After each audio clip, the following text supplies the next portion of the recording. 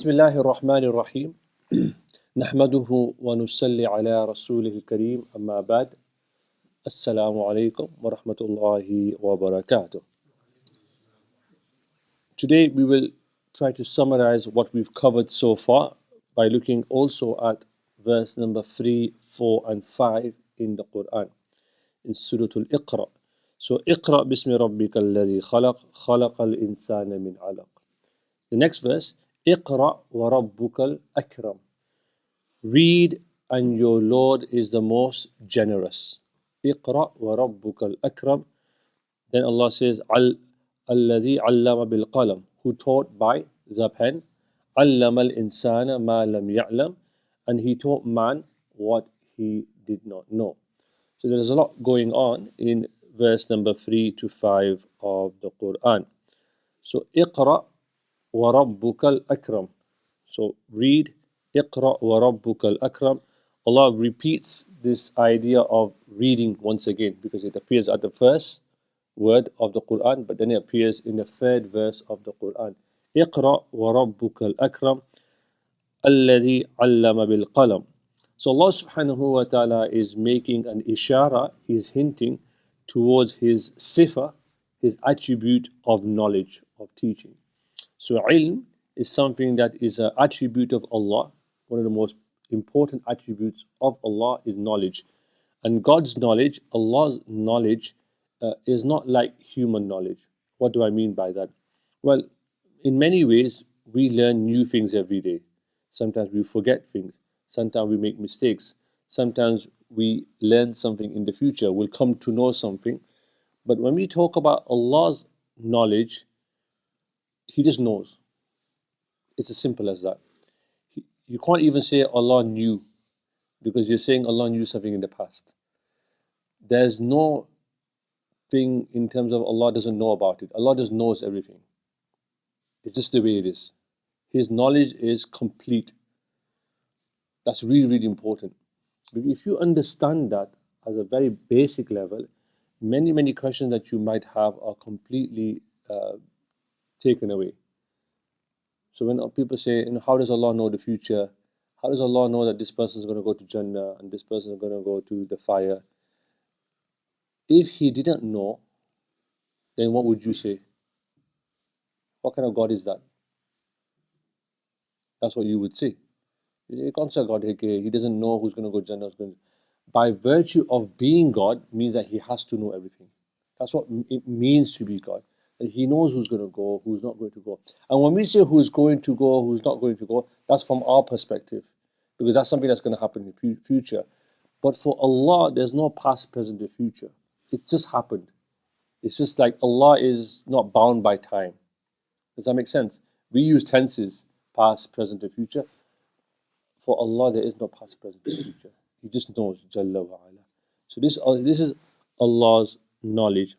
And so Allah subhanahu wa ta'ala, in His eternal knowledge, of course, guided humanity, and He gave us the pen through which we write. So the pen is, it has lots of meanings, which I won't go into, but the most simple meaning of the pen is a tool that allows you to record knowledge. It allows to scribe, write things down. It's a very important tool. It's a very basic tool, but very important tool. We record things through the pen. And of course, in the great creation story, Allah subhanahu wa ta'ala commanded the pen to write on the preserved tablet, and it wrote down everything that was going to happen. Right? So there's also deeper meanings when it comes to the pen. But it also teaches us that Allah subhanahu wa ta'ala, He can do whatever He wishes. There's a fundamental point here, that normally we are used to patterns. So when somebody wants to learn today, they have to go to school, or they have to sit with a very good teacher. They have to learn, they have to acquire knowledge. Knowledge is something that you acquire through effort. You sit here, for example, and you're listening to me talk for 10 minutes, and you're acquiring knowledge. We have to do that. I have to sit down half an hour, 1 hour before I come here to make my notes, to make sure I've learned what I need to learn and have it in my mind to teach you. But Allah is so independent and so powerful, He can teach people without even sending them to some form of education. There are some people, Allah just teaches them. They just know. And this is not unique to the Prophet sallallahu alaihi wasallam. If we think about Surah Al-Baqarah, Allah subhanahu wa ta'ala taught Adam alayhi salatu wasalam the names of things. Adam alayhi salatu wasalam didn't go to a school.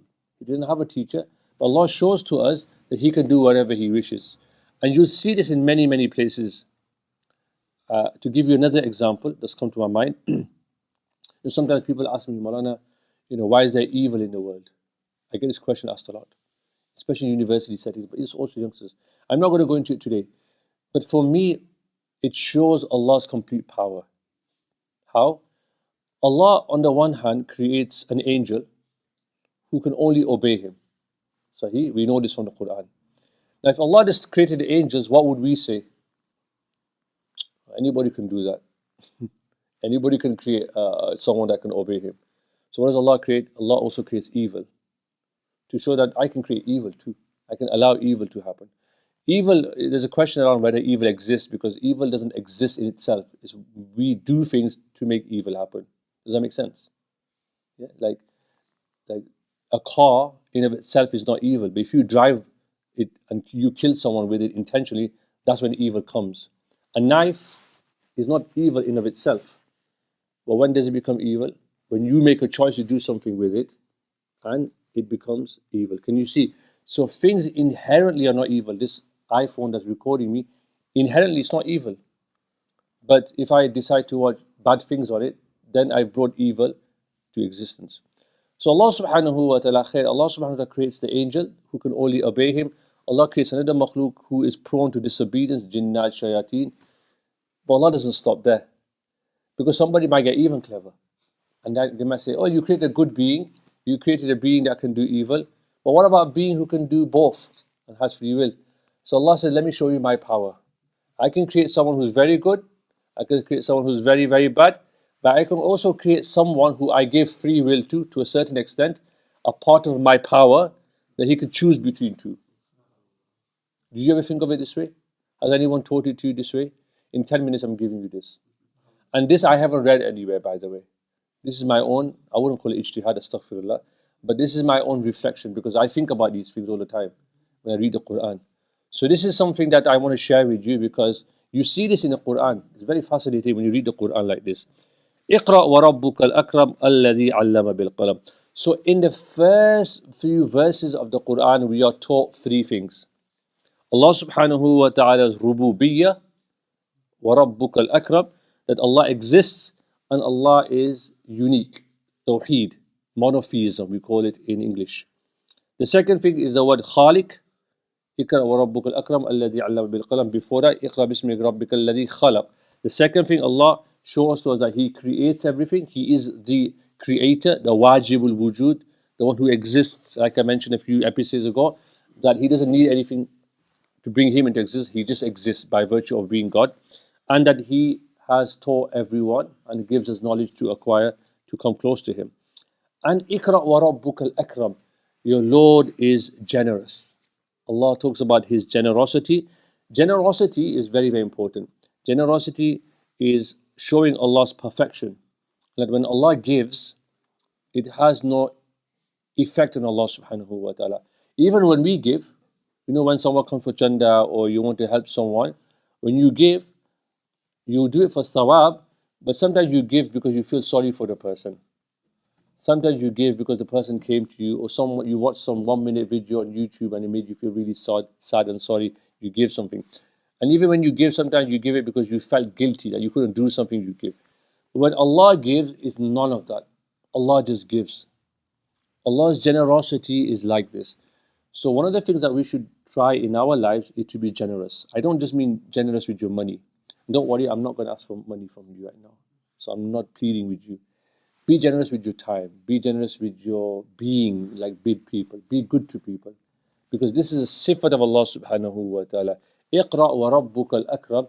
And He is also teaching the Prophet sallallahu alaihi wasallam that you're going to become a prophet now, and you're going to be tested. People are going to come to you, but you're going to become the most generous of people. Despite the fact that you're going to have the greatest burden on your shoulders, because you have to provide this message to humanity, this weight of revelation, but at the same time you have this weight on your shoulders from Allah subhanahu wa ta'ala, But when you deal with people, you need to be the most generous of people. And when you really think about this for a second, it's tough.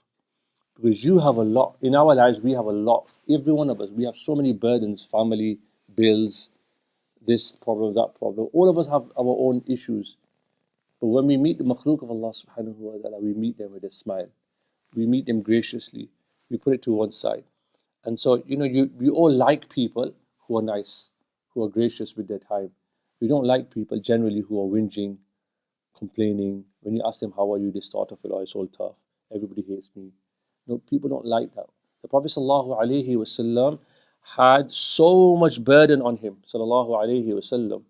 He had to pass this message on, but yet when he met people, it was like the Sahaba would say, he had all the time for us. He was the most generous of people. He never left, he left nothing behind, literally, sallallahu alaihi, because he gave everything. When he would come for Fajr, he'd meet along the way, he'd ask for something, the Prophet got something. As soon as he got something, he gave it away. I'm not asking you to give anything away, but I'm asking you and asking us to become like that. That despite everything that we have, we remember the generosity of Allah subhanahu wa ta'ala. And when somebody comes to us, we give for the sake of Allah subhanahu wa ta'ala. Because on the day of Qiyamah, one of the few things that will help us is the sadaqah jariyah that we did. So we ask Allah subhanahu wa ta'ala to give us the sifat of ikram. And ikram muslimin, one of the pillars of Islam, is that we do ikram. Akram comes from the word ikram. Ikram means to honor people, to give dignity to people. Allah subhanahu wa ta'ala is doing this to Prophet sallallahu alayhi wa sallam, which means that we should do this towards the makhluk of Allah subhanahu wa ta'ala. Subhanallah.